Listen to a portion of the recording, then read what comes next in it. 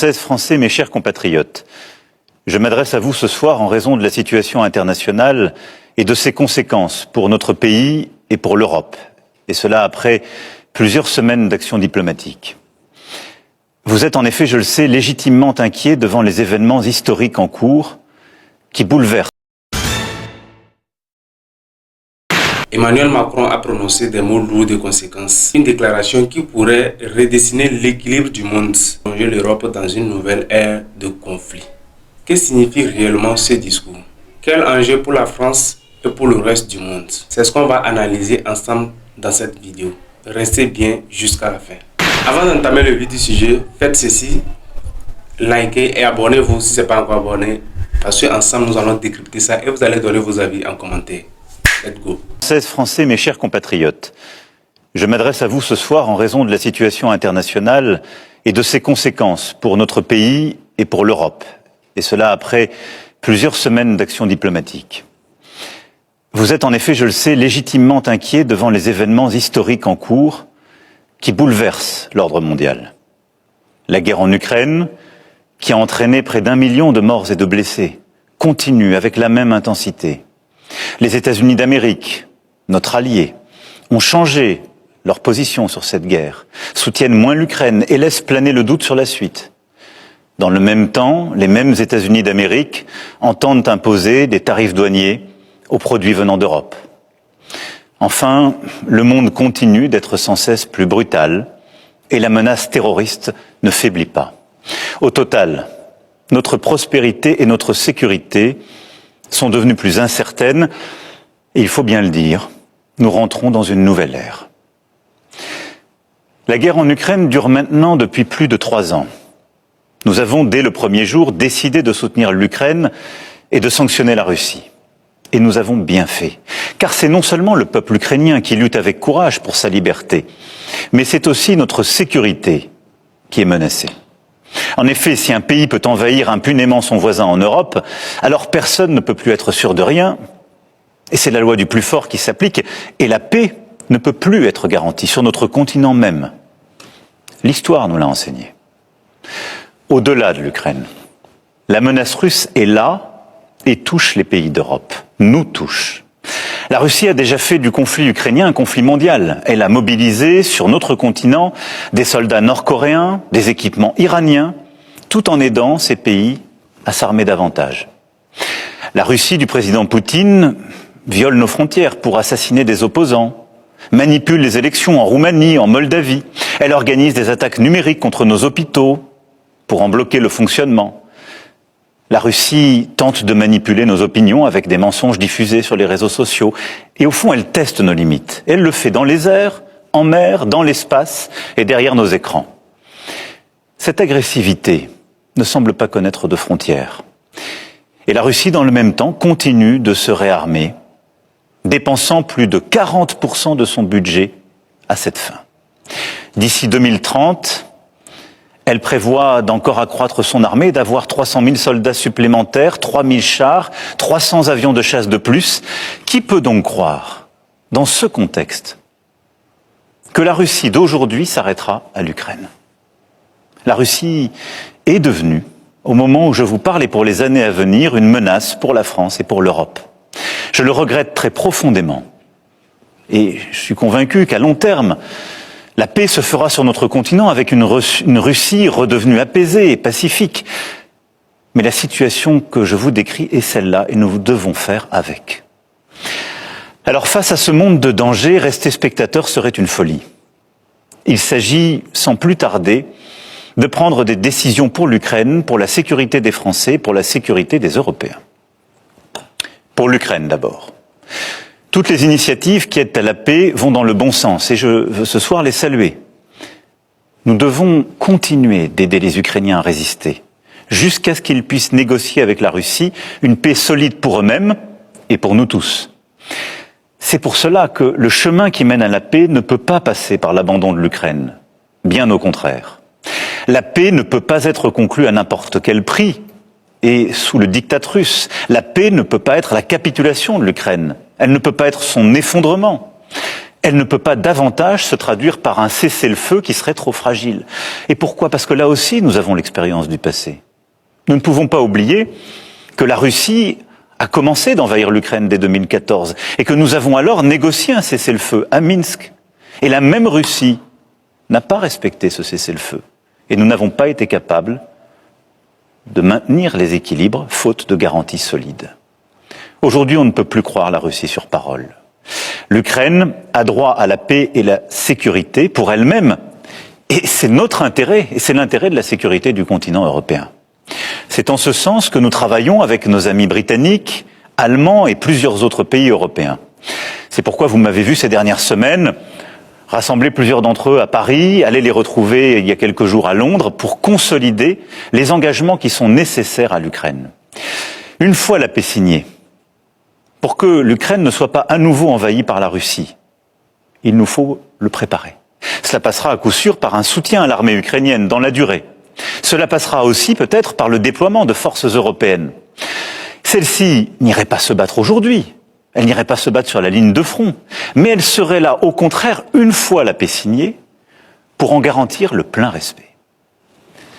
Dès la semaine prochaine, nous réunirons à Paris les chefs d'état-major des pays qui souhaitent prendre leurs responsabilités à cet égard.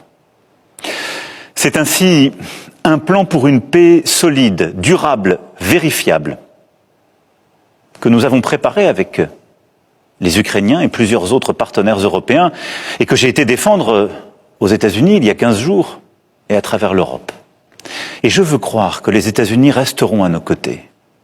Mais il nous faut être prêts si tel n'était pas le cas.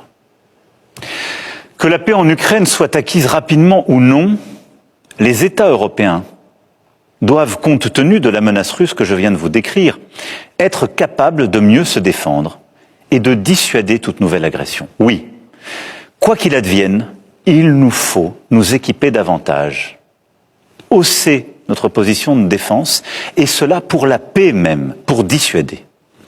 À ce titre, nous restons attachés à l'OTAN et à notre partenariat avec les États-Unis d'Amérique. Mais il nous faut faire plus, renforcer notre indépendance en matière de défense et de sécurité. L'avenir de l'Europe n'a pas à être tranché à Washington ou à Moscou. Et oui, la menace revient à l'Est. Et l'innocence, en quelque sorte, des 30 dernières années, depuis la chute du mur de Berlin, est désormais révolue. À Bruxelles demain, lors du Conseil extraordinaire qui réunira les 27 chefs d'État et de gouvernement avec la Commission et le président du Conseil, nous franchirons des pas décisifs. Plusieurs décisions seront prises que la France proposait depuis plusieurs années. Les États membres pourront accroître leurs dépenses militaires sans que cela soit pris en compte dans leur déficit. Des financements communs massifs seront décidés pour acheter et produire sur le sol européen des munitions, des chars, des armes, des équipements parmi les plus innovants. J'ai demandé au gouvernement d'être mobilisé pour que, d'une part, cela renforce nos armées le plus rapidement possible, et d'autre part, que cela accélère la réindustrialisation dans toutes nos régions.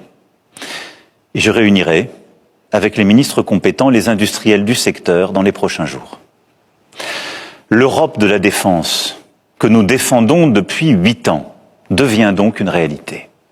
Cela veut dire des pays européens davantage prêts à se défendre et à se protéger, qui produisent ensemble les équipements dont ils ont besoin sur leur sol, qui sont prêts à davantage coopérer, à réduire leur dépendance à l'égard du reste du monde.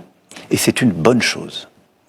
L'Allemagne, la Pologne, le Danemark, les États baltes et nombre de nos partenaires ont annoncé des efforts inédits en matière de dépenses militaires. Alors, dans ce temps de l'action qui s'ouvre enfin, la France a un statut particulier. Nous avons l'armée la plus efficace d'Europe. Et grâce au choix fait par nos aînés après la Deuxième Guerre mondiale, nous sommes dotés de capacités de dissuasion nucléaire. Ceci nous protège beaucoup plus que nombre de nos voisins. Et de plus, nous n'avons pas attendu l'invasion de l'Ukraine pour faire le constat d'un monde inquiétant.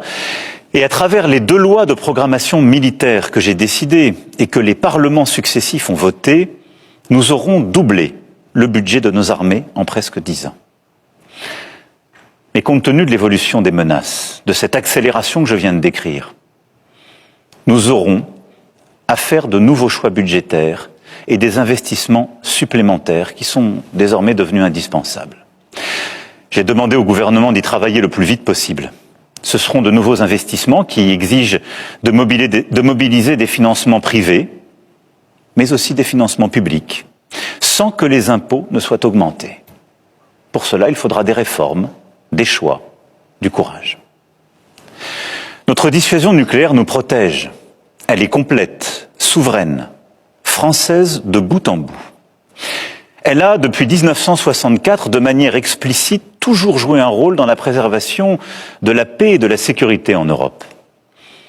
Mais répondant à l'appel historique du futur chancelier allemand, j'ai décidé d'ouvrir le débat stratégique sur la protection par notre dissuasion de nos alliés du continent européen. Quoi qu'il arrive, la décision a toujours été et restera entre les mains du président de la République, chef des armées. Maîtriser notre destin, devenir plus indépendant, nous devons y œuvrer au plan militaire, mais aussi au plan économique. Oui, l'indépendance économique, technologique, industrielle et financière sont des nécessités. Nous devons aussi nous préparer à ce que les États-Unis décident de tarifs douaniers sur les marchandises européennes, comme ils viennent de le confirmer à l'encontre du Canada et du Mexique. Cette décision incompréhensible, tant pour l'économie américaine que pour la nôtre, aura des conséquences sur certaines de nos filières. Elle accroît la difficulté du moment, mais elle ne restera pas sans réponse de notre part. Alors, tout en préparant la riposte, avec nos collègues européens, nous continuerons, comme je l'ai fait voilà 15 jours, à tout tenter pour convaincre que cette décision nous ferait du mal à tous. Et j'espère, oui, convaincre et en dissuader le président des États-Unis d'Amérique. Au total, le moment exige des décisions sans précédent depuis bien des décennies. Sur notre agriculture, notre recherche, notre industrie, sur toutes nos politiques publiques, nous ne pouvons pas avoir les mêmes débats que naguère. C'est pourquoi j'ai demandé au Premier ministre et à son gouvernement, et j'invite toutes les forces politiques, économiques et syndicales du pays à leur côté, à faire des propositions à l'aune de ce nouveau contexte. Les solutions de demain ne pourront être les habitudes d'hier. Mes chers compatriotes, face à ces défis et ces changements irréversibles, il ne faut céder à aucun excès. Ni l'excès des va-t-en-guerre, ni l'excès des défaitistes. La France ne suivra qu'un cap, celui de la volonté pour la paix et la liberté, fidèle en cela à son histoire et à ses principes. Oui, c'est ce en quoi nous croyons pour notre sécurité, mais c'est ce en quoi nous croyons aussi pour défendre la démocratie, une certaine idée de la vérité, une certaine idée d'une recherche libre, du respect dans nos sociétés, une certaine idée de la liberté d'expression qui n'est pas le retour des discours de haine, au fond une certaine idée de l'humanisme. C'est cela ce que nous portons et qui se joue. Notre Europe possède la force économique, la puissance et les talents pour être à la hauteur de cette époque. Et que nous nous comparions aux États-Unis d'Amérique et a fortiori à la Russie, nous en avons les moyens. Nous devons donc agir en étant unis en Européens et déterminés à nous protéger. C'est pourquoi la patrie a besoin de vous, de votre engagement. Les décisions politiques, les équipements militaires, les budgets sont une chose, mais ils ne remplaceront jamais la force d'âme d'une nation. Notre génération ne touchera plus les dividendes de la paix. Il ne tient qu'à nous que nos enfants récoltent demain les dividendes de nos engagements. Alors nous ferons face, ensemble. Vive la République, vive la France. Ce discours marque un tournant historique. Macron utilise une rhétorique de guerre, ce qui est extrêmement rare chez un président français. Mais pourquoi maintenant? Quels sont les enjeux? Avant de continuer, nous comprenons ici que la France est en train de se mêler dans une guerre qui ne la concerne pas. Et selon moi, cette guerre va encore déclencher une guerre entre les États-Unis et aussi l'OTAN. Dites-moi dans les commentaires ce que vous en pensez. Puisque jusqu'à présent, l'Afrique est épargnée de cette guerre. Je dis bien jusqu'à présent. L'Afrique est épargnée, mais la guerre, c'est entre les Européens, les États-Unis et l'OTAN d'une manière générale. Quel est l'objectif de Macron dans cette guerre? Mobiliser l'opinion publique et masquer des problèmes internes. Et si cette guerre tient réellement comme ça, quelles seront les conséquences pour la France? D'abord ici, on va parler de l'escalade militaire, de l'impact économique et de la réaction de la Russie. Tout ceci viendra par la réaction de la Russie. Si la Russie réplique à cette guerre, il y aura une escalade militaire, un impact économique lourdement même pour la France. Suivez mon regard. Cette déclaration change tout. La France va-t-elle réellement entrer en guerre contre la Russie? Ou cette guerre va nous mener, nous, quand je parle de nous, je parle de l'Afrique en général, cette guerre va nous mener où? Est-ce une déclaration stratégique ou une folie de la France, de la part d'Emmanuel Macron? Et surtout, partagez cette vidéo pour que le commentaire soit ouvert à tous. À très bientôt les gars.